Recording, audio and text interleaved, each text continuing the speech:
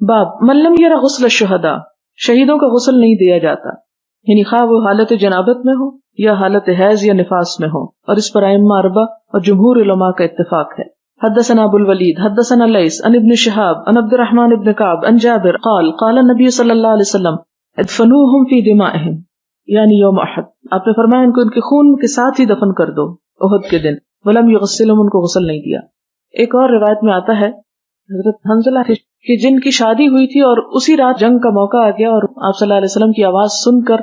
فوراً ہی لبیک کہا اور میدان جنگ میں پہنچ گئے۔ اب ہوا یہ کہ جنابت کی حالت میں تھے، لڑتے لڑتے شہید ہو گئے، تو آپ نے فرمایا ان کو ملائکہ غسل دے رہے ہیں، اسی لیے ان کو غسیل الملائکہ کہا جاتا ہے کہ وہ شخص جس کو ملائکہ نے غسل دیا، یعنی شہید کسی بھی حالت میں ہو اس کو نہلانے کی ضرورت نہیں۔